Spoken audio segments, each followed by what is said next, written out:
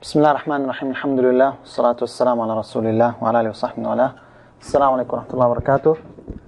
Welcome to the criminal law class. Today, inshallah, we will discuss the moral element of the crime. After we discussed the material element of the crime, after we discussed complicity, we will move to the moral element of the crime.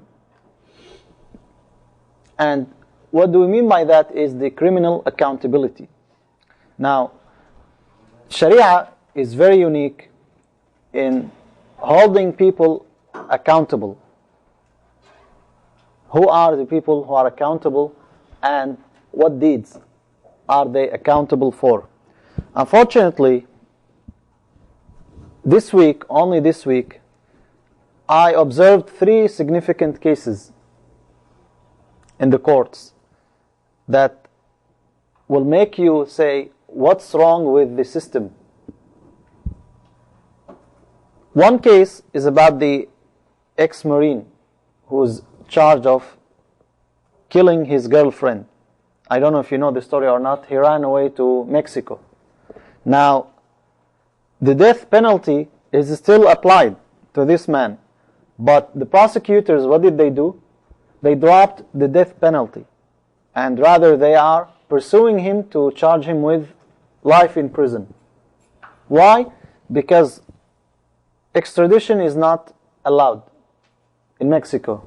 They won't send any criminal to a state where he might face the death penalty. So in just one document or by one individual, he changed the ruling. He changed the punishment. Can a Muslim do that? Even if he was the ruler, the head of the Islamic State, can he do that? He cannot. It is impossible. Another case that was amazing, I just read it yesterday, about a man who might face the death penalty for rape. For rape only. And there is lots of debate about it. Why? Even the prosecutors say it's not any rape, but raping of the children. They are simply telling anybody that if you raped, you should kill. Otherwise, it's not worth it to face the death penalty only for rape. And this is something, again, you say, subhanallah, what's wrong with the system? How they play with the rulings of Allah subhanahu wa ta'ala, how they play with people's lives. You gotta deal with them, and they will decide whether they will pursue this punishment or that punishment. In Islam, we don't have that. In Islam, the job of the judge is whether to confirm this punishment or not. If that punishment was not a had of the hudud of Allah subhanahu wa ta'ala, then the job of the judge is to see what is best for the community in order to preserve the community and the individuals. But you don't see that.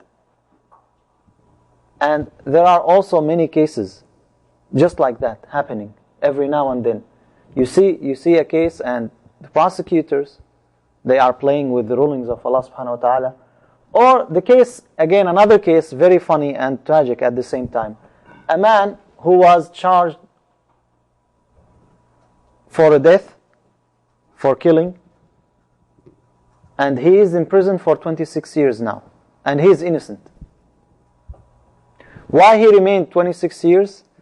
Because the real criminal who killed the cop, he admitted to his lawyer that I am the one who killed that cop. And that lawyer knows that there is an innocent man who did not do it. But why he did not come forward? Because of the ethics of law. That he is a lawyer, he has to be defending his client. In Islam, actually, there are rulings about lawyers. If you read the Quran in Surah An-Nisa, Allah subhanahu wa ta'ala told the Prophet sallallahu alaihi wasallam, وَلَا تُجَادِلْ عَنِ الَّذِينَ يَخْتَانُونَ أَنفُسَهُم. Do not argue on behalf of those who betray themselves, who commit sins. So that, in that ayah, it allows people to defend others justly, but not at the expense of another man. Imagine now if you were tried unjustly and you remained in prison for 26 years, and you know that the people, or there is someone who knows you are innocent, but he did not come forward. We don't have this in Islam. These 3 cases, they just happened now. You just hear about them now, only this week. And of course, there are many other cases. One time, we treat someone like adult. One time, we treat him not like adult. Just like the case of the teenagers, they say they will be tried as adults for beating another girl. Wallahi, it's like a game. They play whatever they want in the rulings. Someone faces the death penalty and he may be proved innocent. Another one, he is accused of something, and then it will be, instead of 2-3 years, it will become 20 years in prison. What's going on? And again, remember, you are living in one of the most civilized countries in the world.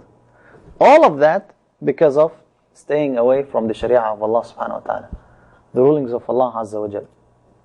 These are 3 cases just to think. I mean, I really hope that after studying this course, this class, the criminal law, that you will be able to speak up, you will be able to write something, you will be able to move on and write research, talk to people about the importance of implementing the Islamic Sharia.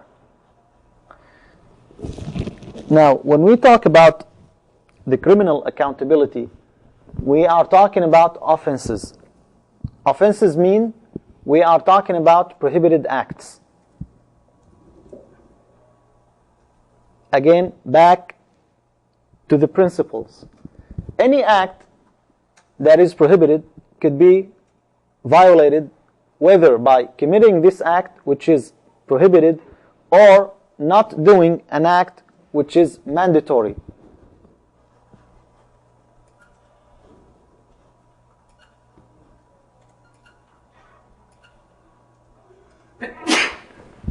Yarhamukumullah. How can we define the prohibited act? Or what kind of act is considered a crime? Is it just the acts that are directed to individual? What about the acts that are against community? Or the acts that are against property? It's not against someone individually, not against a group, but it violates the property of the state. No individual is affected by that act. Is it a crime? An act that is not against individual but against his honor, against his reputation. All these acts are considered prohibited. Now, remember, the major or the basic principle of the Sharia is that every act is allowed. We studied in maxims of fiqh, in principles.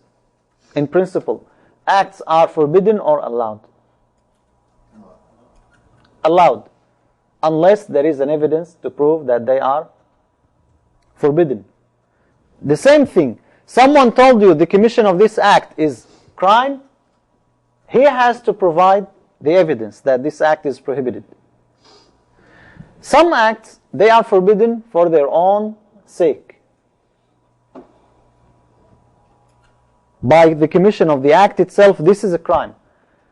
Some acts, they are forbidden for the sake of the community, to protect the community. By itself, the act itself is not really affecting an individual or someone in particular, but it is against the community. If these acts are forbidden for the sake of community, then the punishment will be awarded to protect the community. That's the purpose of punishing this person. If we punish him and that punishment would not protect the community, then there is no use of this punishment.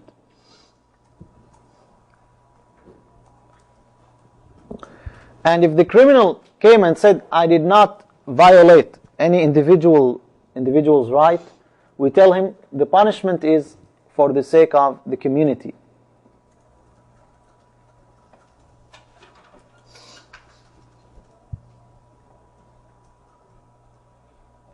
And remember always, punishment in Islam is not a goal by itself. unlike many current systems and laws. Punishment in Islam is a means of protection. That's why we consider the punishment is necessity. And the thing that is legislated due to necessity, it has to be measured by that necessity. It doesn't go beyond the limit of the necessity. Umar ibn Abdul Aziz rahimahullah used to say, يُحْدَثُ لِلنَّاسِ أَقْضِيَ بِقَدْرِ مَا يُحْدِثُونَ. The punishments will be measured by the crimes that people will commit. So there is no overreacting, and at the same time there is no underreacting. It has to be measured. In order to achieve the goal of this necessity that there is a punishment, there has to be conditions. And every punishment in Islam is confined to those conditions. First, punishment should be as may serve to admonish and chastise the offender and prevent him from committing it again. Most likely in Islam, if someone committed a crime and he is punished for it, he won't do it again. That's the purpose of the punishment. Islam actually goes one step further to prevent people from the beginning to fall in that crime, unlike what we see in the current system. Now, statistically, inmates who are released, do they come back to prison or no? Are they most likely to come back or no? What's the ratio of those who were released and they came back? Is it high or low? If it is low, then actually we did not achieve anything from that punishment. So this is something just to keep in mind. Look how the Sharia is supreme, how it is. You cannot even compare it to the current law. So this is one of the objectives of the punishment, that we want this person, the offender, not to commit it again. The second condition, punishment should also serve as a deterrent to one who is not an offender, so much so that if he thinks over the offense and the punishment thereof, he realizes the evil consequences. One simple example for that is the punishment of the murderer, the deliberate killing. In Islam, what is the punishment for the deliberate killing? The qisas, which is death. But how death is applied to that person? How you kill him? With the sword. When you see that, it will affect you, and you cannot forget it. I saw it only once, and I always remember it. Why? Because that's the purpose of Islam. You don't hide this criminal and kill him without anybody looking at him. Because one of the objectives of the punishment is to show people that this is what is happening. This is what will happen. You may say, well, this is too cruel. No, actually it's the opposite. What we have in the system now is too cruel. When someone is injected with the lethal injection, how long he will suffer until he dies? When someone is hanged, how long he will suffer until he dies? Sometimes it lasts over 10 minutes. 10 minutes, this person is in torture. You may not see it, or you see him screaming, or he's in a difficult or in a very tight condition, but to you, you are looking at a human being. While when you implement the punishment of Islam, it's very merciful. It takes only 2 to 3 seconds. That's all. The most merciful way to punish someone by killing him, when you hit him on the neck, it takes only 2 or 3 seconds and he died. Did he suffer any torture? No. What will happen to people when they see the blood? I saw some people, they fell. They lost consciousness. And that's one of the objectives of Islam. Anytime you think that you want to do this act, you will remember this will be your punishment. So you won't do it. You won't do it. Allah subhanahu wa ta'ala several times reminded us in the Quran of the evil consequences. Now, what's the purpose of this reminder? People now, they are working hard to cancel and annul the death penalty.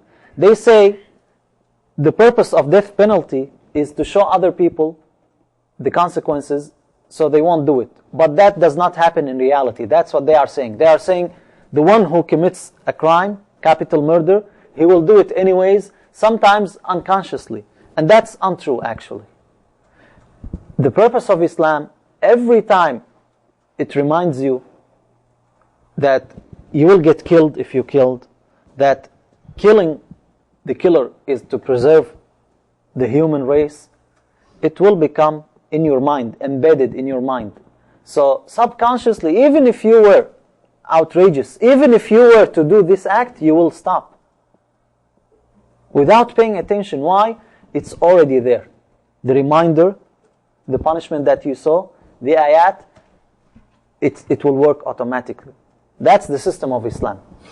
And that's why the current system will never come unless they implement those rulings. Now they say statistically the death punishment should be waived because there is no use of it. Life in prison is better, and they take polls, they ask people, but they miss the point. If it was really implemented properly, it will preserve lives. It will preserve many lives. It will prevent many others from committing this act.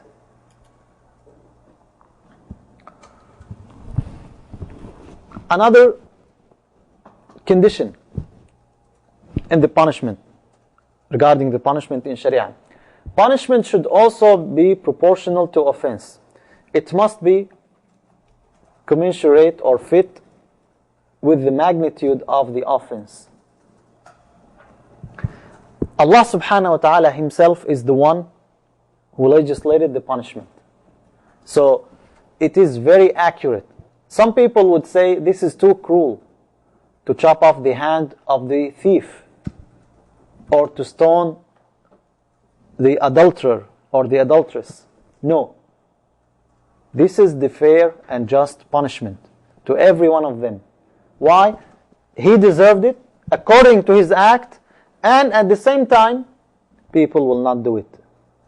Now, someone would come and say, if the purpose of Islam is to prevent others from punishment, then why don't we kill the thief?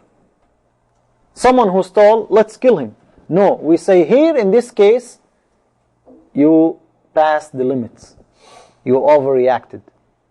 In Islam, every punishment is measured. Sometimes the punishment itself does not really have much pain or physical pain on the offender. Like the lashing. 40 lashes or 80 lashes in Islam, the way that they are implemented, it's not that painful. But there is something else in it, that it has to be in front of people. The exposure of that punishment, the scandal, it will affect him, sometimes even more than the punishment. Imam Ahmad rahimahullah himself, he testifies, he says, I was scared of the punishment when he was imprisoned with the criminals. They forced him, they wanted him to say that the Quran is creation, and he refused. One of the criminals, he told him, oh Imam, don't worry. First 2-3 lashes, you will feel them, and then you will go numb. You won't feel anything. That's what he told him. So he said, that was the best advice I ever received from that criminal that was with him. But what is the real punishment here? It is not only the physical pain that he had. When people are looking at you, and they are saying, this is adulterer, or this is someone who accused person, he attacked his honor. Everything is measured in the Sharia. And that's the purpose of the punishment. It has to be fit to the magnitude of the crime. Unlike what we see now. The same exact act, adultery, if it was done by adult to an adult, there is no punishment at all. If it was done by an adult to an adult, but according to the system, under 18 years old, someone who is 22 years old, with 17 or 16 years old girl, with her consent, what will be his punishment? In some states, until recent time, it was 10 years imprisonment. 10 years. What about her? She goes without any punishment. Where is justice here? The same exact act. If she was 1 year older, then there is no punishment at all for both of them. So the punishment has to be fit, has to be suitable to the magnitude of the crime. Another thing is that punishment should also be general, and this is very important condition, so that the punishment prescribed for an offense may be applied to every offender committing it. And that's what we don't find nowadays. It was used earlier by the nobles, the rulers. They used to protect anybody they want. Punishment is only applied to the weak, to the poor, and the Prophet ﷺ warned against that. Nations were destroyed because when the poor stole, he would be cut. When the noble stole, he won't be cut. Nowadays we have it in a different way. Presidential pardon, prosecutors, whatever deal, anything, you are above the law. They try to tell you that nobody is above the law, but actually you have people. And we have examples. In Islam, even the ruler himself, he cannot tell someone the punishment will not be implemented to you. His job is only to prove whether you are guilty or not. But now, we see people, they are guilty, yet they are not punished. They are not punished. They go away with their crime. They are from the group of the president, they are from his party, or they worked with him. Many, many examples. And you know many stories, I believe, that people leaked sensitive information, and the judge sentenced them to imprisonment, but they were released. In Islam, the punishment is general, which means everybody committed that crime, he will be punished. That's what the Prophet ﷺ himself said. If Fatima, his daughter, if she were to steal, she would be punished. That will make everybody equal. That will make everybody afraid from violating the law. While, imagine if you know that whatever you did, you will be excused, you will be pardoned. Why not do it? I would do it. Honestly, I would do anything that I know I will get away with it. But in Islam, it is different.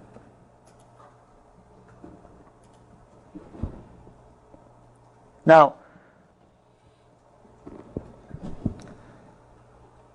who is the one who will be punished?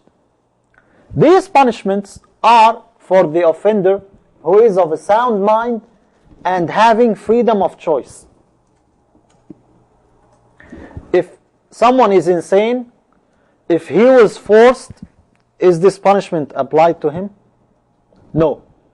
Unlike what we see earlier, maybe now law has changed. Remember, law evolved several times until it reached this stage that we see now in the current countries. But in Islam, it was the same. More than 1400 years ago until now. And it will remain the same. One step ahead of all other laws. Earlier, you would see punishments that are general on everybody, even the young. There were cities burnt with people alive. Why? Some of them, they committed a crime. So everybody was punished. We don't have this in Islam. Only the one who committed the crime, he is of a sound mind, he has freedom of choice, he is the one that will be punished. If you were forced, then you are not punished. If you don't have sound mind, either because you are insane or because you did not reach the age of puberty, you are what? You are not liable. Why is that? What is the evidence for this? We have a hadith of the Prophet ﷺ. رُفِعَ الْقَلَمْ عَنْ ثَلَاثَةٍ. Pen is lifted for 3 people.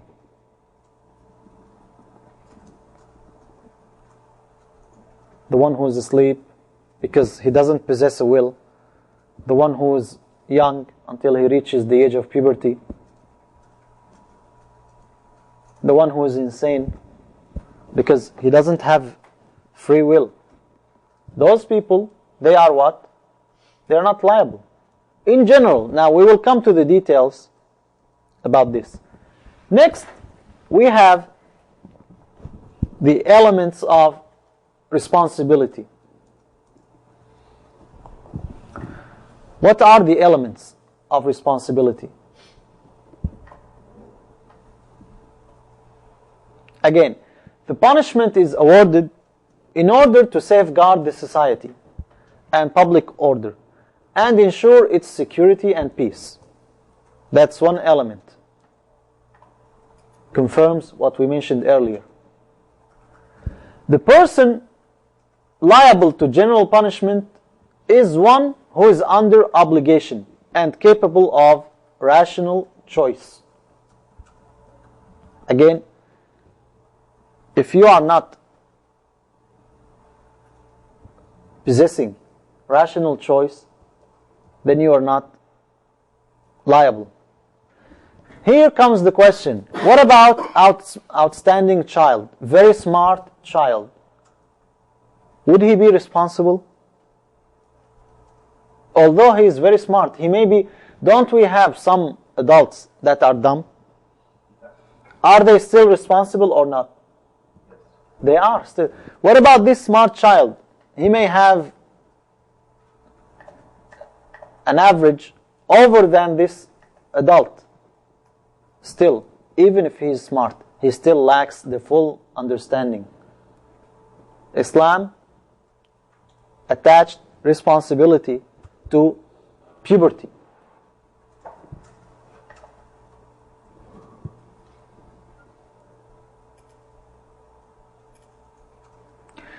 Now, who's responsible and who's liable in Islam? Who will be punished for a crime? Man. Man alone is the subject of the criminal accountability. What do you mean by the man? The living one. So, a dead person, is he punished? What about the current system? Do we have some kind of punishment for people who are dead? Until a recent time, there is. Don't put flowers on them or something. What? They might say don't put flowers on them or... Well, would that affect him really? I mean, something like... In Islam, again, this is the principle. Someone who has freedom of choice, someone who understands, he is liable. By death, this all stops, so he is not liable. Death annuls any punishment. What about animals, inanimate objects? Again, until a recent time, they were held accountable. Imagine someone punishing an animal. In Islam, there is no punishment. Why? They don't possess freedom of choice. They don't understand. So it is the man only.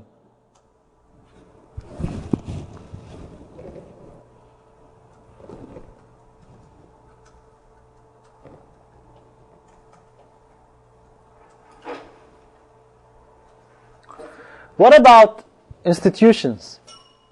When we say man is the one who is responsible, what about hospital? Hospital is an institution. Do we have some accounts in Islam, in Islamic history, talking about this issue? Yes, we do. From its early days, Islam acknowledged the institutional personalities. So it was mentioned. Like what? We have Baytul Mal. For instance, trusts, hospitals, all of them, they were held responsible. They had entity, but it is not individual, it is what? Institutional entity. And that institutional entity is responsible. But how can we hold an institution responsible or accountable? We just said that there has to be freedom of choice. Those are institutions. They are not humans. So they don't possess freedom of choice. The individuals who are in charge, they will be held responsible according to their acts. Who was directly responsible? Now this is very, very similar to what we have nowadays. If an institution committed a crime or a violation or a mistake, it could be punished as an institution. How? Either by confinement, shutting it down, seizing its funds or assets. All these are forms of punishment. And this is actually very, very close to the current law when it comes to this.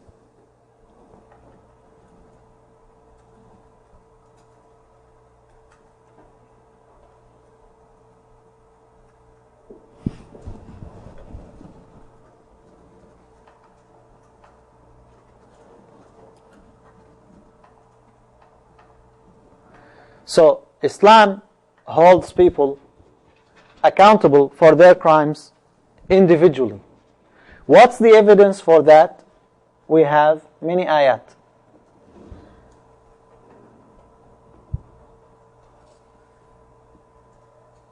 Each soul earns only on its own account. وَأَنْ لَيْسَ لِلْإِنسَانِ إِلَّا مَا سَعَى كُلُّ نَفْسٍ بِمَا كَسَبَتْ رَهِينَةٌ وَلَا تَزِرُ وَازِرَةٌ وِزْرَ أُخْرَى. And all these ayat, many ayat confirm the individual responsibility. You committed an act, is your brother responsible? No. Now they say it is the same, but for a crime committed by 15 or 19 or 20 people, the entire Muslim Ummah is held accountable for that. But in Islam, it is individual responsibility. Right, Babar? Yes.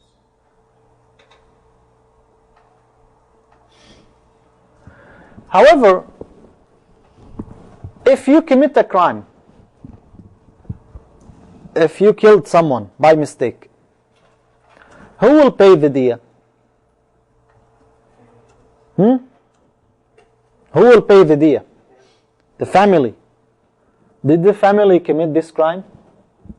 We just said it is individual responsibility, right? So what is the individual responsibility here? Again, this is something many non-Muslims would criticize Islam for. They say, why you oblige your uncle to pay portion of your mistake? Yes. Because when you kill somebody, you hurt their family too. You take away their means of provision. Yeah, so you are responsible. You're still responsible, not the family. Well, you hurt their family, so your family compensates them. Why? I am part of a family where one of this family's member, he attacked someone else. And that entire family was affected, that's true. But I was not happy with what he did. I told him several times not to do it. I warned him. I even disavowed him, but he still did it. Why I am responsible? Because you inherit when you die, so he's using the same methodology. Okay, that's close, but not enough. Yes. The same thing? That you inherit? Yes. Is it the elders of his family? Or Is it the elders? We have something called al-aqila. What's the meaning of al-aqila? They are just the asaba, the male relatives. Those are the ones that will share the responsibility. But why? Again, are they really responsible for the crime? No. You are the one who is responsible for the crime. Okay? Scholars here, actually, they have two approaches. One of them said this is an exception. In every other case, it is individual responsibility. But this is an exception due to, as you just said, that it is family to family or it is inheritance. Other scholars, and that's what I like, they said no, it is actually no exception. Most Sharia rulings are in harmony with this one. When you pay the zakah, why you pay the zakah? Are you responsible for the poverty of that poor? Did you make him poor? Why you pay for him? Why you pay for him? That's how this society is built. The same thing, when the family ties are strong, so everybody helps each other. It is a means of sympathy. It is not a share of responsibility. You are not sharing the responsibility.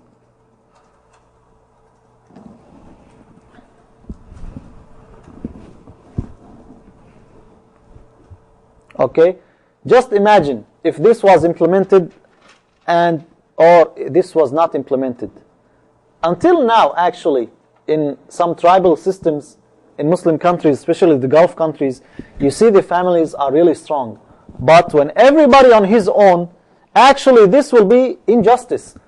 Most likely, what is the amount of the diya that is imposed? How much is it?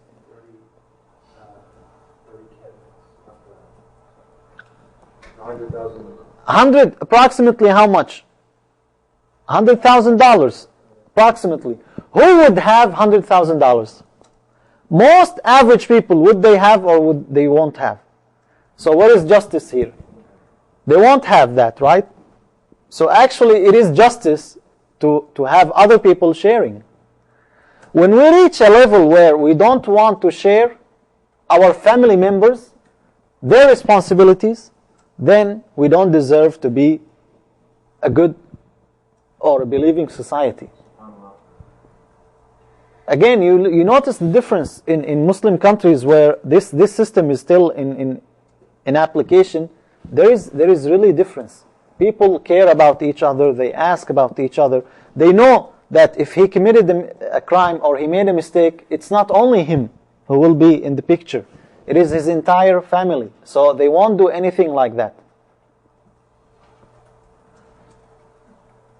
So does that annul the rule that Islam holds only the individual responsible? The answer is no. The answer is no.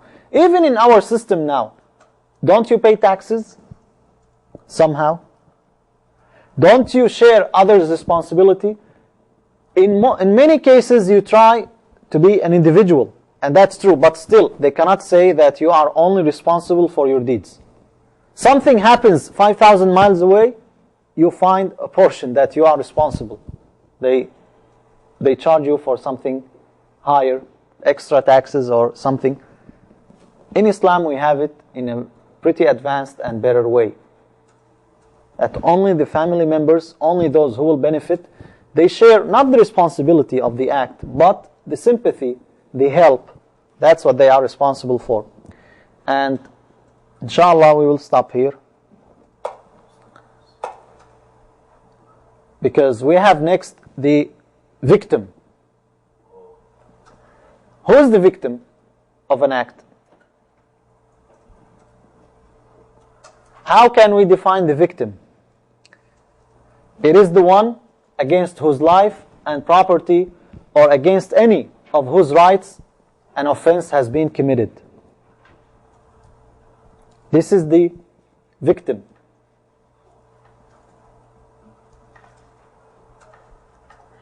And again, nowadays, in the current system, the criminal is treated as victim sometimes.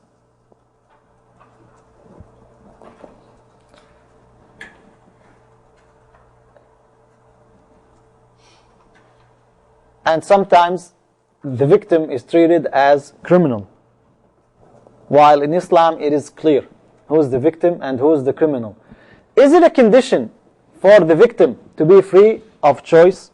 He has freedom of choice and possess rationality.